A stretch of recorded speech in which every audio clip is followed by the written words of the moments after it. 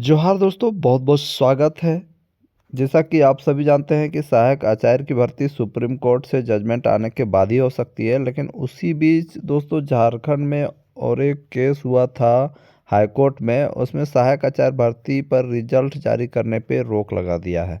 ये नोटिफिकेशन आप लोगों ने देख लिया होगा, लेकिन काफ़ी लोगों को समझ में नहीं आ रहा है। पूरा मैं आपको डिटेल में बताऊंगा कि आखिर आप लोगों का भर्ती कब तक हो सकता है। तो देखिए, ये सहायक आचार्य नियुक्ति का रिजल्ट जारी करने पे रोक है, और ये जो केस है मैं आप लोगों को सिंपली समझा देने जा रहा हूँ कि यहाँ पर क्या था कि यहाँ पर जो नॉन पारा है, ठीक है, नॉन पारा के लिए क्या था कि 30% मार्क्स लाना अनिवार्य था पेपर 1 में। पेपर 2 में जो न्यूनतम कट ऑफ मार्क्स रखा गया था, तभी आप पेपर 1 क्वालिफाइंग होते हैं, तो 2 और 3 चेक होता है।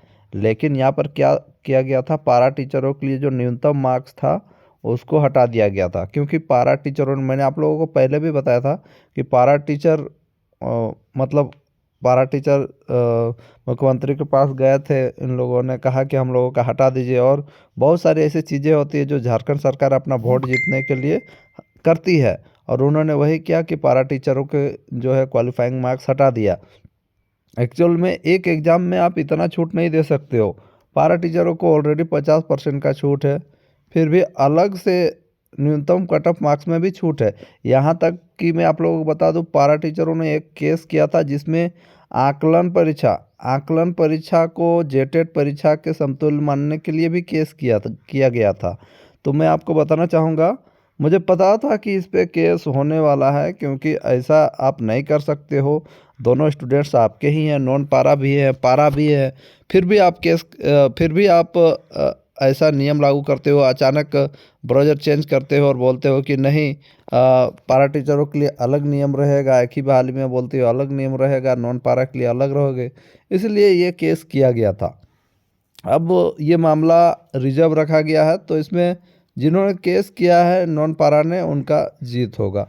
अब यहाँ पर काफ़ी छात्रों का कहना है कि अगर इन्होंने केस किया है तो किस आधार पे किया है, पारा टीचर वाला सीट पे तो हम लोग जा ही नहीं सकते हैं, ऐसा भी कहना है छात्रों का। तो आखिर किसी ने भी जो केस किया होगा, आखिर कुछ सोच समझ के ही किया होगा। जहाँ तक मुझे लगता है, उन्होंने जो केस किया है, उन्होंने ये सोच के केस किया है कि पारा टीचर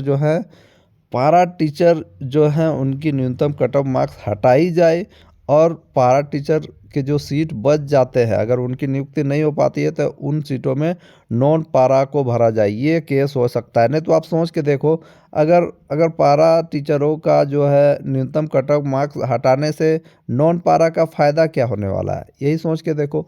तो इसी चीज़ को लेकर केस किया गया होगा फ्रेंड्स। हालांकि मुझे पूरा पता नहीं है, इसी मामले को लेकर केस किया होगा, आप लोग कमेंट्स में बताइएगा।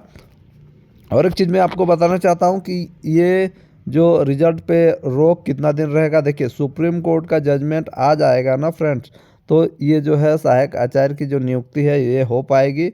हाई कोर्ट, आप बोलिएगा हाई कोर्ट में भी रुका हुआ है, तो हाई कोर्ट में रुका रहने से कोई दिक्कत नहीं है, यहाँ पर जल्दी मामला क्लियर हो जाता है। लेकिन सुप्रीम कोर्ट में मामला क्लियर नहीं होता है। यहाँ राज्य सरकार अपना दबाव बना के यहाँ से रिजल्ट निकलवा लेगी। राज्य सरकार की तो हार हो जाएगी, क्योंकि उनका नियम गलत है, तो राज्य सरकार हार जाएगी, तो यहाँ पर आसानी से नियुक्ति हो पाएगी। कुछ यूट्यूबर्स बता रहे हैं कि अब नहीं बहाली हो पाएगी, तो ये गलत है।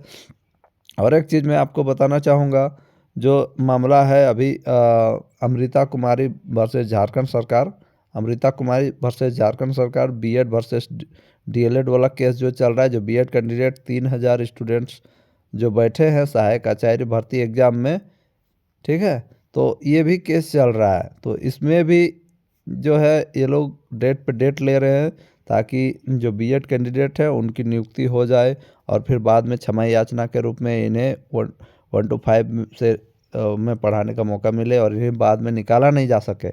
और इसको लेकर भी इनका जो केस चल रहा है, इसमें डीएलएड वाले पार्टी बन रहे हैं, और मैं इसका प्रतिनिधित्व कर रहा हूँ। पार्टी बन के जितने भी 3,033 कैंडिडेट है, इनको बाहर निकालने वाला हूँ, ठीक है। इनको नहीं बाहर निकाला जाएगा तो आपका जो है कट ऑफ हाई हो जाएगा, क्योंकि अब एनआईओएस भी शामिल हो चुका है दोस्तों सहायक आचार्य भर्ती में।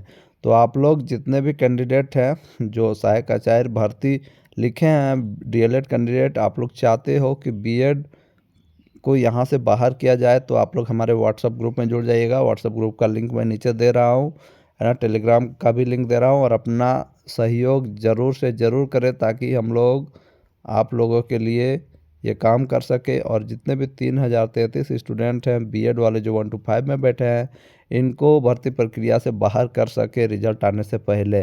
ठीक है, इस विषय में आप क्या कहना चाहते हैं ज़रूर कमेंट करें। धन्यवाद।